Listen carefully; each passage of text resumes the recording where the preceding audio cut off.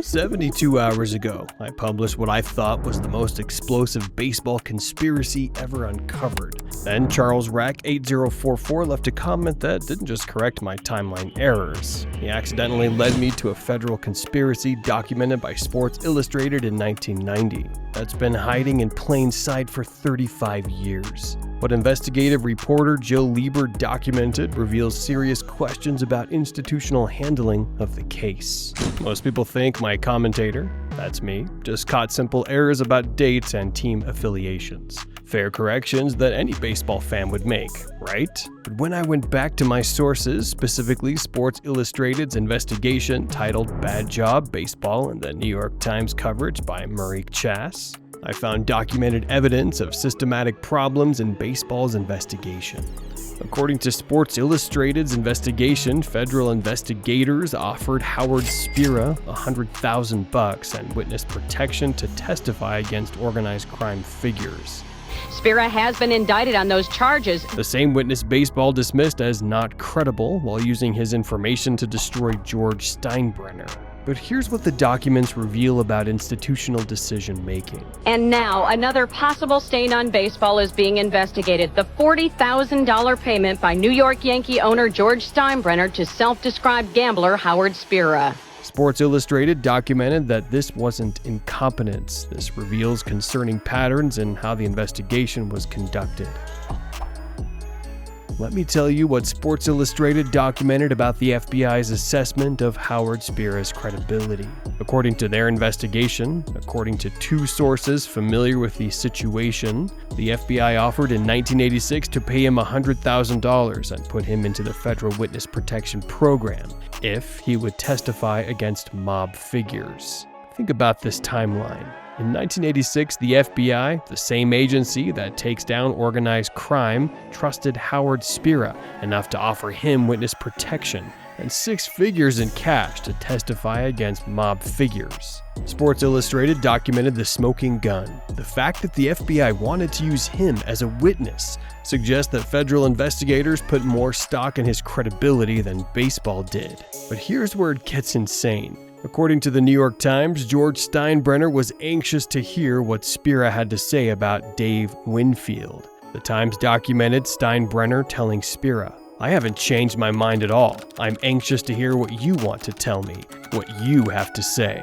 So, the FBI trusted Spira enough for witness protection. Steinbrenner was eager to hear from him, but baseball claimed he wasn't credible? Unless they needed him to be credible enough to destroy Steinbrenner, but not credible enough to investigate anyone else? What Sports Illustrated documented next proves this was systematic institutional protection. Of the Los Angeles Olympic Organizing Committee, Mr. Peter V. Ueberroth. Commissioner Peter Ueberroth was presented with specific evidence of organized crime infiltration in 1987. According to Sports Illustrated, when presented with documents proving mob connections, Ueberroth's response was documented in sworn testimony. There was nothing to Steinbrenner's allegations that he could see, no substance, and so we let the matter drop. But here's the smoking gun. When asked why he didn't investigate further, Sports Illustrated documented Ueberroth's exact words. "It is not credible. I don't need to know why it is not credible." The commissioner of baseball, whose job was to protect the game, refused to investigate organized crime because he didn't want to know the truth? According to the documented testimony, Ueberroth stated he didn't need to know why evidence wasn't credible. But it gets worse. Sports Illustrated documented that security director Kevin Hallinan received documents in September 1987, proving organized crime connections to the Yankees, but failed to take notes of the meeting, and didn't write a memorandum about it until 1989, 2 years later. Baseball's security director sat on evidence of organized crime infiltration for 2 years, then suddenly remembered it when they needed to justify their predetermined conclusion against Steinbrenner. What the media didn't tell you is how ABC's news prepared to expose this entire cover-up to millions of viewers, then killed the story after pressure from baseball's highest levels. According to Sports Illustrated, ABC last week shelved a report prepared for the news show 2020 that was critical of Dowd's altering of transcripts. Not delayed, not postponed, shelved. But here's the uncomfortable bit. Sports Illustrated documented exactly how the story was killed. According to their investigation, Vincent called Daniel Burke, president of Capital Cities ABC, with concerns about the 2020 segment. The commissioner of baseball personally called the president of the network to kill a story exposing a systematic corruption. But when 2020 producers pressed for answers, Sports Illustrated documented baseball's hostile response. When presented by 2020's producer, baseball's PR director Richard Levin said, "Major League Baseball's official comment to 2020 is, 'You can go F yourself,' though he later claimed this wasn't official. This wasn't about journalistic standards, this was institutional arrogance and contempt for truth-seeking journalism. But the real truth bomb was hidden in the investigation itself." Sports Illustrated documented that investigator John Dowd made systematic alterations to witness testimony without telling Steinbrenner's side. 268 documented changes. According to Sports Illustrated, Dowd, without telling Steinbrenner's side, made numerous, if minor, alterations in transcripts of sworn testimony from some of the witnesses in the case. When Sports Illustrated interviewed Yale law professor Jeffrey Hazard, an authority on legal ethics, he said this practice is not common practice, but it gets worse. Sports Illustrated documented that 3 witnesses complained that Dowd's team inaccurately summarized their statements with dozens of alleged misrepresentations. What a surprise.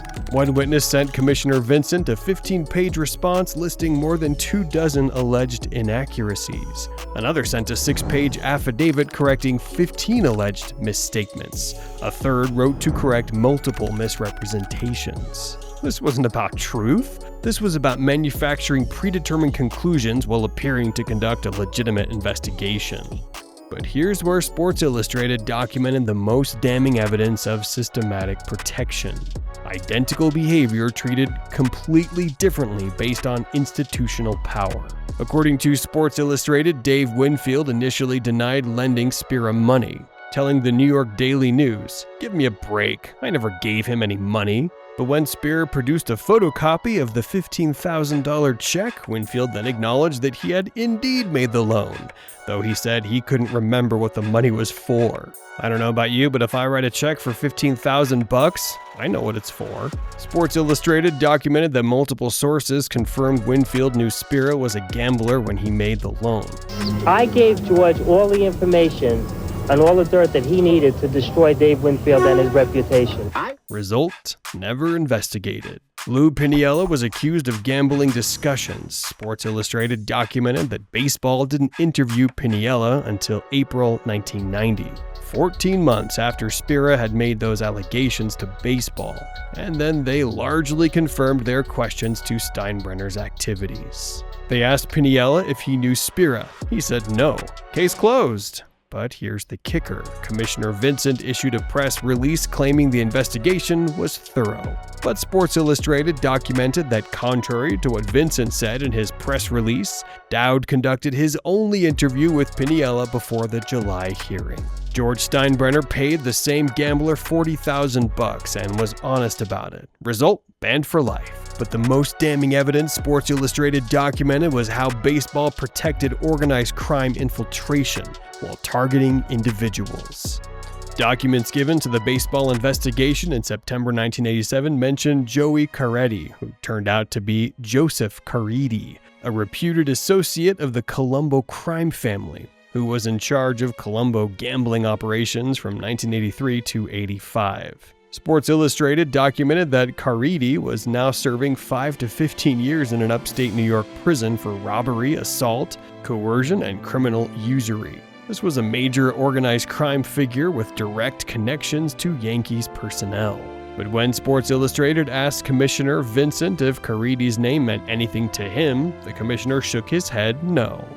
The MLB had evidence of organized crime infiltration for 3 years, but the commissioner didn't even know the names of the mob figures involved. This wasn't incompetence, this was systematic protection of organized crime while targeting individuals. What Sports Illustrated documented was significant problems with baseball's investigative process in this case. Sports Illustrated documented several concerning practices in this investigation: alter transcripts, apply different standards, reach predetermined conclusions, protect the system, sacrifice individuals. For 35 years, this Sports Illustrated investigation has been sitting in archives, documenting exactly how American institutions coordinate to suppress truth while appearing to seek justice. Every time you see an institutional investigation that ignores obvious evidence, alters testimony, applies different standards, and reaches predetermined conclusions, you're seeing the Steinbrenner template in action.